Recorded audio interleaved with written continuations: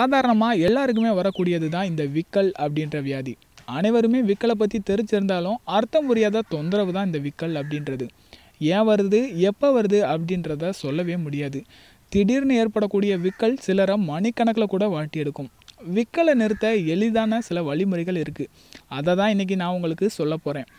விக்கல் வரும் சமயத்தில் தலைகீழாக சில வினாடிகள் நின்றாலே போதுமா, உடனே வந்த விக்கல் எந்த வழியாக போகுது அப்படின்னே தெரியாத அளவுக்கு ஓடி மறைஞ்சிருமா. இப்படி தலைகீழாக நிற்கிறனால உடலில் இரத்த ஓட்டத்தில் சிறிது மாற்றம் நிகழ்ந்து மூளையும் சுறுசுறுப்படைதான். எல்லாத்துக்கும் மேல